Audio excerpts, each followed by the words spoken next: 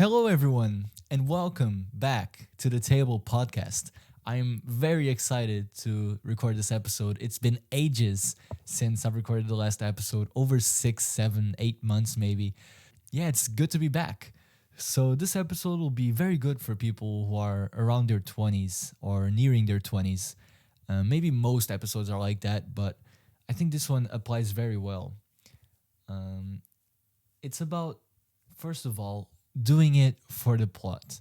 So this year, I've done a lot of things for the plot. I've lived so many adventures, and just across my life, I feel like I didn't really live enough. I didn't have many friends. I didn't go on many sleepovers. I didn't feel like I lived enough adventures in my life. I wanted to do it for the plot. That was so exciting for me. And so I did. I kissed that girl for the plot. I went out and got drunk for the plot. And I did crazy stuff. I met bartenders. I did everything and create got so many stories and lived so many adventures. And I know that this year a lot of people know me from the nights out and the crazy things that I did and the events that I organized, and they know me as the crazy guy, the drunk guy, the fun guy. And during all of that, I thought I was living life to the fullest. I was just happy. In the moment I was happy, but after it's all said and done, I read one of my friends' bio on WhatsApp, and it said exactly that. Do it for the plot. But at the end of this last year, I was already a little bit more reflective on life and on my decisions and on everything that I've been doing up to that point. And I was realizing how a lot of the stories that I got during that time span, they didn't make me feel anything anymore, right? Like if I kept going on adventures, if I kept living stories and crazy things that no one even imagines how many things happen in this year, it didn't really make me feel anything, right? And even the adventures that I had lived a year before, like going to a goddamn mansion, parties in mansions, um, it wouldn't ring the same bell as it did before. So I started wondering, like, okay, so what was it all for? If even the adventures of a couple years ago are already like not that important to me, or I don't remember. You guys know the feeling when you meet someone you haven't seen in a long time, and then you start talking. Oh, you remember when we did that? And it's like, oh my god, I haven't thought of that story in like years, and it was just somewhere away in my memory, and it wasn't even useful for me. But yeah, it's funny that it happened. Well, is that really the point of life in general? Doing it for the plot. And then I came to a conclusion, which is you shouldn't do it for the plot. You should do it for love. And this is the point where I start speaking about love. I feel like I didn't explain something good enough, so I'm gonna cut myself off here. I I don't really regret a lot of things that I did. I had one week, which was the best week of my life. I described it as that I set up like a month before. Okay, this day Inar is coming. This day before I have this thing going on. I have this going on. And it was just like some things were very beautiful and deep and pure, and other things were just partying. Another thing, I was going to visit this town. I was going to visit that town, and I just did road trips in 2 days in a row, and I went to festivals, and I just named it as the best week of my life. And I had already lost my wallet by like day 2 or 3, but I didn't really think about my lost wallet until like after the week was over. I really put that thing there, like, this is the best week of my life. No matter what happens, I'm gonna have a blast. And I did, and it was amazing. And was it responsible to have gotten in 2 road trips without a wallet and stuff like that? No, probably not. But I really don't regret making the decision to live life to the fullest. Sometimes I just came to the conclusion that in long term, those adventures, those road trips, those stories, they're kind of meaningless when you compare it to the power and the fulfillment that love gives you. That's really what I meant to say. So, and this is the point where I start speaking about love, because love has many ways, many forms. It takes on many shapes. You can do it for love, like romantic love. I think that's the first thing that we think of. Romantic love. You should do it for the one that you love. But I've been noticing recently that that type of love is very, it's not always good. Society portrays it as something good, and up to this point I thought that was the biggest form of love.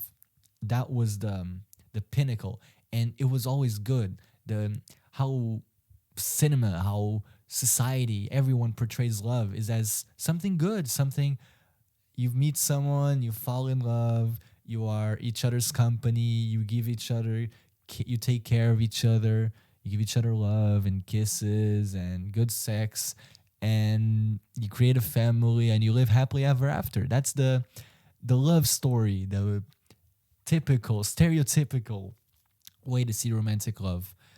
But I've been noticing this year that that's also not the case. So you shouldn't do it all for that type of love.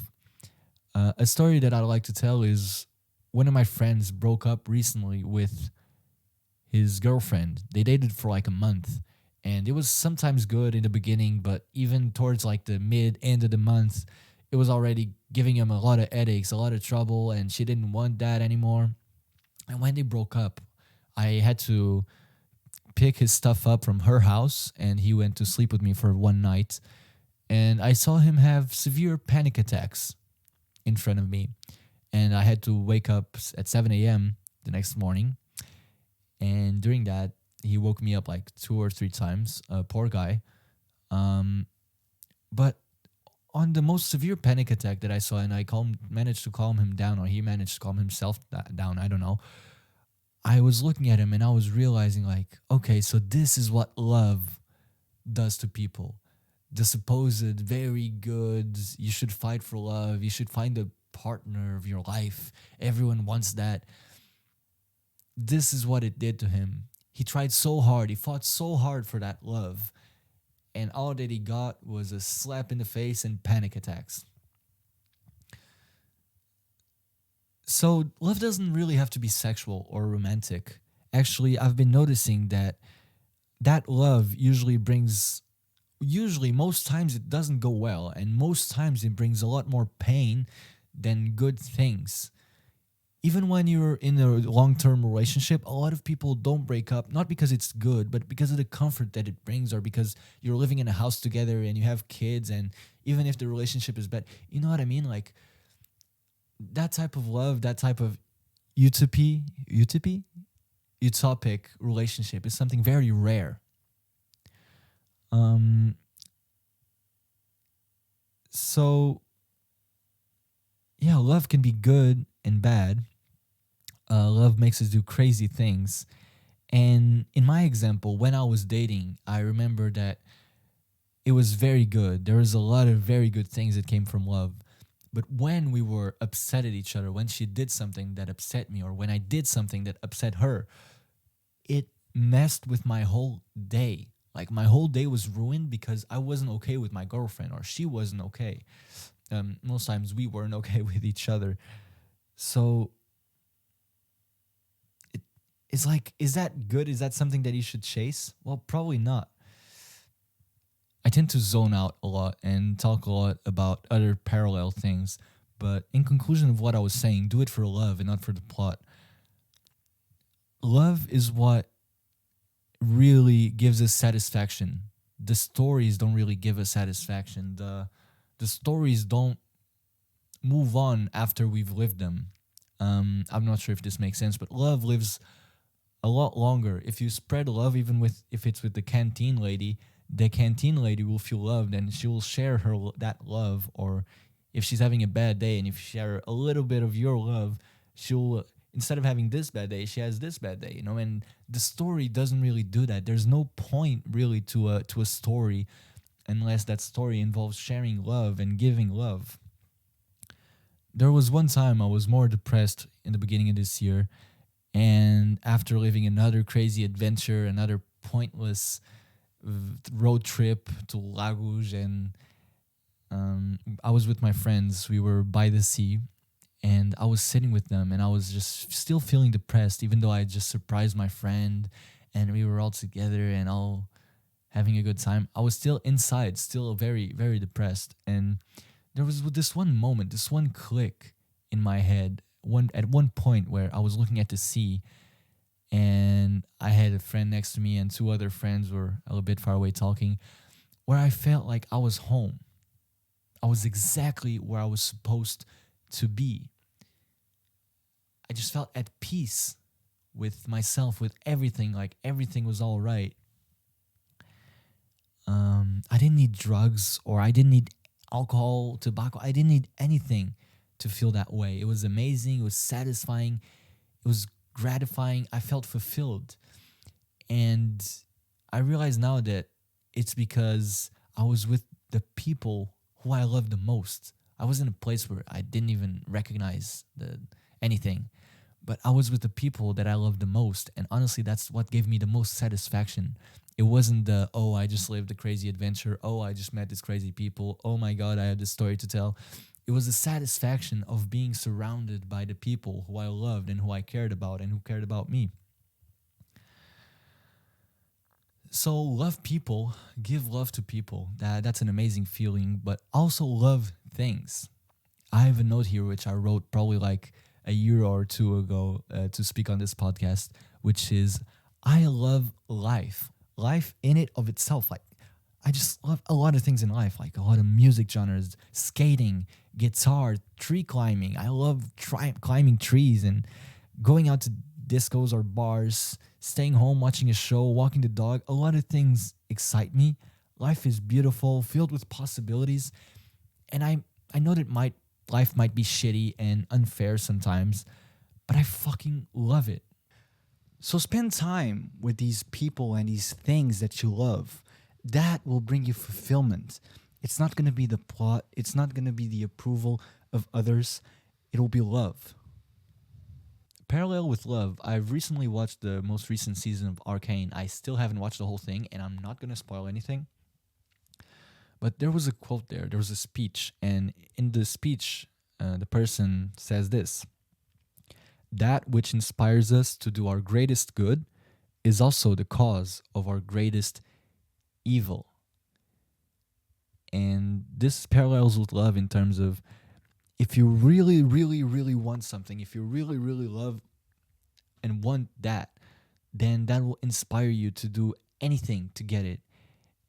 And I've been trying to live by that standard, to be my own protagonist. And if you really think about it, in movies, the protagonists don't do it for the plot, they do it for love every single time. And it's the most beautiful, sentimental, and exciting thing to watch superheroes fight for the love of their town, of humanity, of the person that they love the most. That's what life is all about. It's not about the stories, it's just about love. Um, and in this New Year's resolution, I've decided on a lot of goals that I want to accomplish. How are your New Year's resolutions going? Huh? It's probably like 10th of January by now. I don't know when you're watching this, but I know that a lot of people, me myself included, do a lot of New Year's resolutions, blah blah blah, and they do for the first 3 days they do New Year's resolutions and then they give up. But for my New Year's resolutions, I came back to my hometown. You can see the old setup here. Um, and I just changed my environment and I decided on what I really wanted to accomplish this year, and I've been trying to accomplish it. And a lot of it is related with delaying instant gratification, not being on my phone all the time, avoiding the distractions to accomplish the goals that I've set out to accomplish. And I think that's the most difficult thing for us to do as a species right now, is to delay this gratification, to not go chase adrenaline and good feelings right now, and just chase an objective long term in the distance in the future for something that you love. um it's all about love. So if you're trying to live life to the fullest, don't choose the plot, choose love. I'm not sure how this podcast ended up. It's the first time that I'm not at the table. I didn't really have a good setup to do it at the table, so I left the table here. I got my desk here. There's no room in my room to for myself to be behind the table and being with a cool setup behind me. So I chose this setup. The table's still there. It's still the table podcast, and the table's thing is right there. If you're curious, this is Daimon. I did this for the Do It Everyday Music, EM, Do It Everyday Music or Nothing. I did this for the Rust video. It's my goddamn best video. Go check it out, please. If you have a goddamn dream, go see this video, or I don't know where it is, but this video. I also make classics. Yes, I'm very happy about that. Anyways, I hope I managed to give you something of value in this podcast. I really hope you enjoyed, and click on any of these videos if they're of interest to you.